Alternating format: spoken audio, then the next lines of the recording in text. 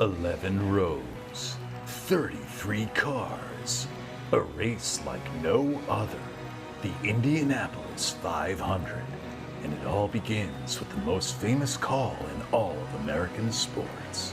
Ladies and gentlemen, start your engine!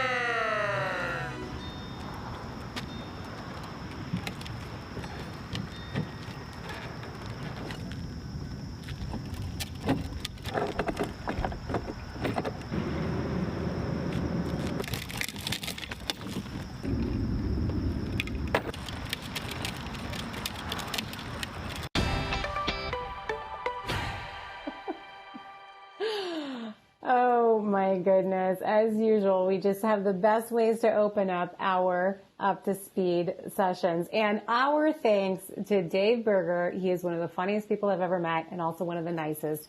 Also, unmistakable there if you caught the voice. That was Chris Sirico, and always magical editing by our Matt Fiedler. We want to thank you guys. And yes, we are going to be talking about the Indy 500 coming up this weekend.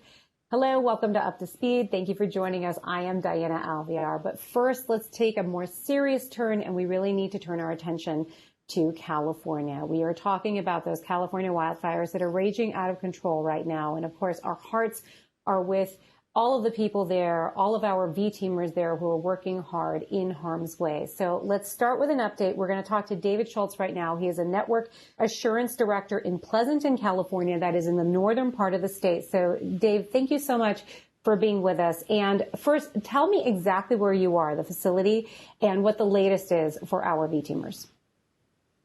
Sure. Good morning, Diana. And I'm in the Pleasanton Mobile Switching Center, which is in the eastern part of the San Francisco Bay Area. So we're about an hour to the south, an hour to the east, and an hour to the north of fires that are burning in this area. And I want to first give a shout out to the 78 network assurance engineers and 7 network assurance managers here in Northern and Central California and Nevada who have been just fantastic in their response to this. As a result of their professionalism, currently we only have 3 sites that are off the air. And in partnership with our research team, Paul and Curtis, we've deployed 10 satellite trailers to support the fire camps around Northern and Central California, obviously to help support the first responders that are helping to ensure people's lives and livelihoods and homes can hopefully be saved. Absolutely. Thank you so much for that update. And of course, we're really concerned about our V-teamers out there who are hard at work and who happen to live in that area. Can you give us an update about them, please? Sure, and it's certainly been a concern of ours. Thankfully, between the network assurance teams and our supporting engineering teams, thankfully, we've only had one engineer who has had to evacuate with her family. She is safe and her family is safe. The last we heard, her home did survive the fires. And we're very grateful for that, and certainly looking forward to her being able to get back into her home and also coming back and doing the fine work she does in her switch. Oh my goodness! Thank goodness that she's okay and that everyone else seems to be fine. And by the way, we just want to remind everybody watching right now that if you do want to help out, there's always the V2V fund. Now, these wildfires, this is nothing new for you guys. I mean, you are working round the year on these kinds of things with preps and mitigation. Can you tell me a little bit more about that? Absolutely. And it's very similar to being in the hurricane zones. If we're not in the wildfire season, we're preparing for the wildfire season. So we do extensive landscape mitigation around hundreds of sites in California every year. It's been proven to help us stave off the fires that run through the underbrush and through the woods. We continue with that. We also focus heavily on our generator maintenance, which we focus first into those fire zone areas. We ensure all the fuel tanks, of course, are filled up and ready to go. And then we also cultivate a lot of partnerships, too, with the state of California and our government affairs partners to ensure we have great communications with the California Office of Emergency Services, as well as the CUEA, and, of course, CAL FIRE. Well, that is a lot of work, and we are so grateful that you all are out there doing the hard work to keep everybody safe and connected. And we have such a strong partnership with our emergency responders in our public sector. So, David Schultz, I can't thank you enough for taking time out of your day to update all of us because, of course, we are thinking of everybody, have everybody in our hearts right now during these times. And of course, this is a situation that remains in flux. So any new updates or changes that come, we will be updating everybody. But you stay safe, Dave. Thank you so much for coming on to talk to us. Thank you, Diana. I appreciate it. Right. And on to some happier stuff. We're going to be talking about the Samsung Galaxy Note20. Talk about speed. Downloads are a dream with this device. And we are so proud that the Note20 joins our Verizon device lineup. Now, here's the cool stuff. If you'd like to upgrade, we got some deals for you. You are eligible for up to $500 in trade-in credit for your existing smartphone. Also, if you switch or you add a line, you can buy any Galaxy Note20 smartphone and get a second Note20 series phone, possibly for free with a premium unlimited plan or half off with any other Verizon Unlimited plan. And this phone is fantastic. Our very own George Coronius has been telling us about it, and this is a game changer if you want high quality download speed, all of that. Fantastic. All right, speaking of speed, we're going to talk Indy 500 this weekend. As you saw, Dave's skit was so funny. But yeah, it's the Indy 500 this year. And the big change, no fans in the stand. Of course, with the crisis happening right now, they wanted to keep everybody safe. So who steps up to the plate to help out? Verizon, of course. And the thing with the Indy 500 that everybody always talks about, I lived in Indy 500 country for a while, car racing country, is that feeling when you're in the stands and you get to see the cars going by and the feeling in your body as they're roaring. Well, that's exactly what Verizon's incredible engineers want to deliver to you. They're going to be delivering a trackside experience via 5G while keeping everybody safe, and we've got a video to show you. Verizon's here at Indianapolis Motor Speedway, and we are setting some unique 5G experiences. This year, the track will have no fans, so Verizon is bringing that experience to you at home so you could see it out of your smartphone and experience it live as if you were actually on the track. We're setting a 360 camera right on the track. We're powering it with a 5G connection that's fast, and it uploads the video onto the customer's phones. With Verizon's 360 Portal app, the fans have a 360 view of the track itself, and you'll be able to listen and see the cars passing by at over 200 miles an hour. It's very unique to be able to work here with Penske team, the Indianapolis Motor Speedway Productions, and with Verizon, and bring you this 360 experience over 5G. So cool. I mean, you could even feel the power in that little video right there. Imagine how it's going to be when it's live and happening. So we have a virtual driver's day experience tomorrow for you. It is all via live stream. Let's see that first slide.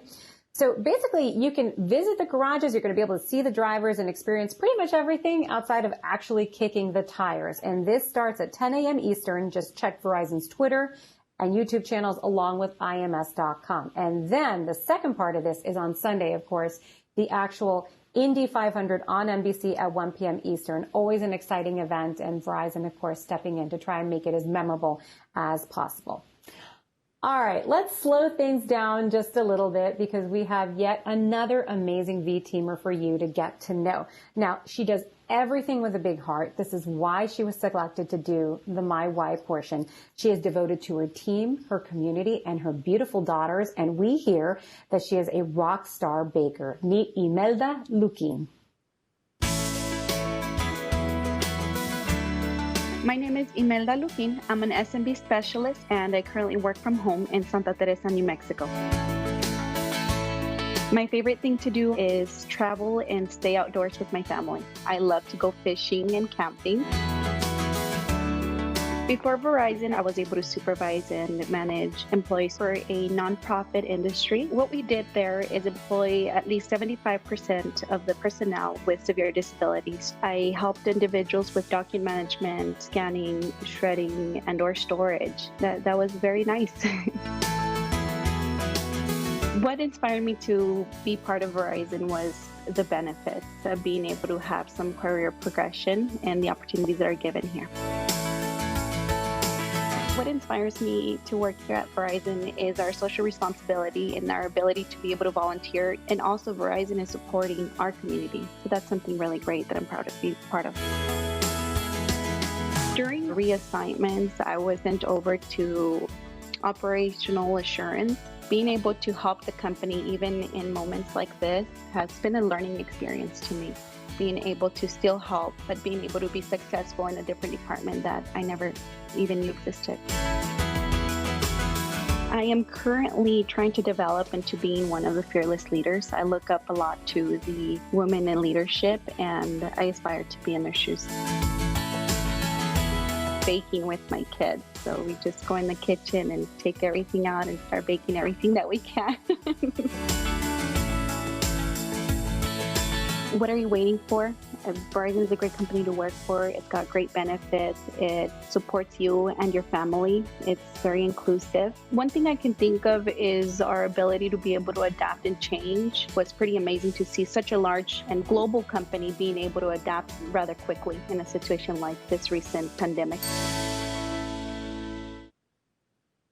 I love hearing the pride in Imelda's voice when she's talking about her work with the V team. And let me tell you, lady, you are already a leader. Tenemos suerte de tenerte.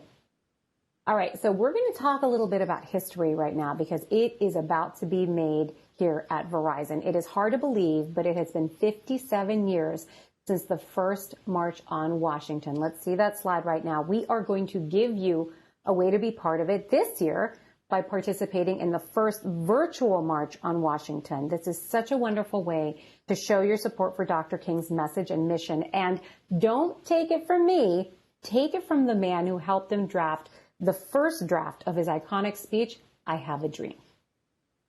The great French novelist Victor Hugo says, more powerful than the march of mighty armies is an idea whose time has come. Ending racism in this country is an idea whose time has come. Okay? You don't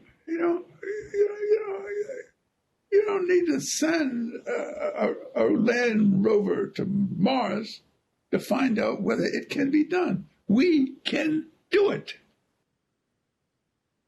Isn't that amazing? I had no idea that he helped write the first draft of that speech while they were at the hotel waiting, to do the March on Washington. And his story is incredible, and you will hear more of it in the next installment of the Next 20 conversation. These are incredible conversations that are going to motivate you to take action. And if Clarence can't motivate you, I don't know who can. So that's going to be amazing. And again, that March on Washington, the virtual march, is happening on Friday. You can be a part of it. Let's all make a difference together. All right. Finally, this one's for the working parents out there, or just the parents in general. How are you staying sane during these crazy, crazy times? Every night I collapse into bed thinking, how did I just manage to do that today, right? So I have somebody that I want you to meet who's going to help you get more focused, and not only get more focused, you're going to enjoy the things you love, the people in your life, the activities that you love to the fullest. I'm talking about author and entrepreneur Nir Eyal. He first came onto the scene with the book Hooked. Some of you may have read it. It's all about why certain apps and certain things like Facebook and stuff are kind of sticky, right? Like we just keep coming back to them and keep coming back to them and we get hooked on them. So his next book, his latest one here, Indistractable, is about how to become an indistractable person, how to get rid of the distractions in your life and actually do the things that you want to do. And here's a clip. I was with my daughter one afternoon and we had this beautiful afternoon planned. And I remember we had this activity book of different things that daddies and daughters could do together, make paper airplanes, ask each other interesting questions. And I remember that one of the questions in this daddy and daughter book was this: if you could have any superpower, what superpower would you want? And I remember the question verbatim, but I can't tell you what my daughter said, because in that moment, I thought it was a good time to just check this one quick thing on my phone. Wait a second, honey, I had to do this one quick thing. And by the time I looked up from my screen, from my phone, I realized that she was gone. She had left the room to play with some toy outside, and I had blown this perfect daddy-daughter moment. And so that's when I realized that I had to change something in my own life, because if I'm honest with you, it wasn't just with my daughter. It was when I would say to myself, I'm definitely going to exercise today, but I didn't. I would say I'm definitely going to eat right, but I wouldn't. I would say I was definitely going to work on that big project that I have to finish, and yet I'd procrastinate for yet another day. And And can I so tell you how gratifying it is to hear you, the expert, say that you struggle with this too? Because we let me beat tell you. ourselves up for this. We beat ourselves up for this. So Yeah. you delved into this as usual as a researcher and wanting to understand this. And what'd you come up with?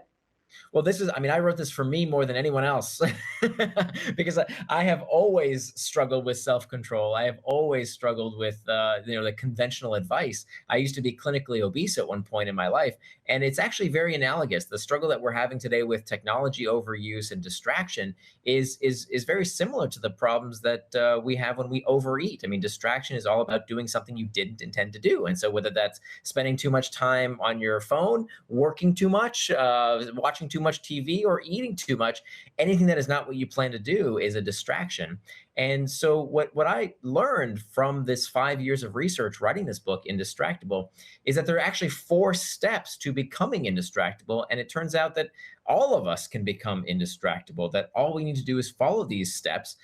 They're not necessarily easy. I don't want you to think that it's snap your finger solution. It took me a lot of time, 5 years, to write this book because I kept getting distracted. But then once I discovered these techniques and applied them to my own life, every facet of my life has changed. I'm in better shape than I've ever been in my life. I'm 42 years old and I've never been in better physical shape because I exercise when I say I will. I have a better relationship with my wife of 18 years than ever before because I'm there. She can rely upon me. I don't do the things I used to do where I used to skip out on my obligations, on the household responsibilities. I am an equal partner in my marriage because I am indistractable. I have a great relationship with my daughter now that I never had before because I'm fully present with her. I do more at work. I do what I say I'm going to do at work. And so there's really no facet of my life. And so today, if you ask me what superpower I would most want, it's the power to be indistractable, the power to simply do whatever it is you say you're going to do with your time and with your life. When you trick yourself into thinking that whatever it is that I'm doing, the emails, the thing on my to-do list, the Slack notifications, that stuff is more important than the thing I said I was going to do, you are letting distraction fool you into prioritizing the easy and the urgent at the expense of the important. And that is the most dangerous form of distraction. The distractions we don't even notice are distracting us, okay? So just because it's worky doesn't mean it's not a distraction. If it's not what you said you're going to do with your time, by definition, it's a distraction. The beauty of becoming indistractable is that you can actually enjoy leisure time without guilt. I told you that was good, wasn't it? Now imagine that not only did we have a conversation about the problem with distractions, especially lately since we're spending so much time in front of our screens, right? But he lays out step by step how to become indistractable. And I was so inspired. As you can see, I went out and bought his book. It's on my bedstand. I'm doing my best to become less distracted and more present in my everyday life. And again, you can watch this full interview on VZ Web and Inside Verizon. And I promise you that you will take away some really actionable stuff. It's good. It's your Wellness Friday. All right. Thank you so much for spending your time with me today. I hope that we have brought value and inspiration to your life. I hope you stay safe. For those of you out in California, our hearts are with you, as I've said. And until next time, you're up to speed.